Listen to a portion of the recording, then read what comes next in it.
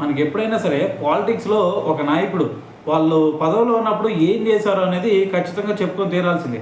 ఒకవేళ కనుక అలా చెప్పుకోలేదనుకోండి, మరి ప్రజలకు తెలీదు. ప్రజలకు తెలియకపోతే అరే నెక్స్ట్ టైం ఇక మరి ఎలక్షన్స్ అప్పుడు అరే ఈ నాయకుడు ఏం చేయలేదురా మనకని చెప్పేసి ఆ నాయకుడిని పక్కన పెట్టేసి వేరే నాయకుడికి ఓటేస్తారు, వేరే పార్టీ వచ్చింది. సో మరి ఈ తప్పులు జరగకూడదని చెప్పేసి ప్రజెంట్ చంద్రబాబు నాయుడు గారు అయితే కొన్ని జాగ్రత్తలు తీసుకోవడం జరిగిందనమాట. సో దాంట్లో భాగంగానే వాళ్ళ మంత్రులకు కూడా కొన్ని సజెషన్స్ ఇవ్వడం జరిగింది.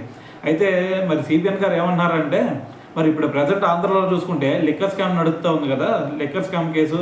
సో మరి దీని గురించి మీరు ఎవరు కూడా పట్టించుకోవద్దు. మరి దీని మొత్తాన్ని కూడా దర్యాప్తు ఆధారంగానే కేసులు అన్నీ కూడా పెడతాం జరిగింది. దాని తర్వాత వాటి పని అవి చేసుకుంటూ వెళ్తాయి. సో దీని గురించి మీలో ఎవరు కూడా మంత్రులు ఎవరు కూడా దీని గురించి రియాక్ట్ అవ్వద్దు అని చెప్పేసి వాళ్ళకైతే ఆర్డర్స్ పాస్ చేశారనమాట. సో దాంతోపాటు ఆయన చెప్తుంది ఏంటంటే, మరి మీరు ఇక్కడ ఒక పని చేయాలి. ఆ పని ఏంది, ఇప్పటి వరకు మీకు మంత్రి పదవులు వచ్చినాయి కదా, ఈ మంత్రి పదవిలో మీరు ఇప్పటి నుంచి బాగా యాక్టివేట్ అవ్వాలి. సో దాని తర్వాత మీరు ఏదైతే ఇప్పటి వరకు మీరు చేసిన అభివృద్ధి ఉందో, దాని తర్వాత మీరు ఏవైతే చర్యలు తీసుకున్నారో వీటన్నిటిని కూడా నెక్స్ట్ రాబోయే క్యాబినెట్ మీటింగ్లో మీరందరూ కూడా ఖచ్చితంగా ఒక ప్రజెంటేషన్ ఇవ్వాలి అని చెప్పేసి మరి వాళ్ళందరికైతే ఆర్డర్స్ పాస్ చేయడం జరిగిందనమాట. సో ఖచ్చితంగా ఇవన్నీ కనుక ప్రజెంటేషన్ ఇచ్చి తీరాల్సిందే ఏ మంత్రి అయినా సరే. ఎందుకంటే వాళ్ళు ఏం చేశారో అనేది తెలియకపోతే ప్రజలకు ఎలా తెలిసింది? ప్రజలకు తెలియకపోతే మరి మంచిగా చేస్తున్నారా చెడుగా చేస్తున్నారా ఏం అర్థం కాదు కదా.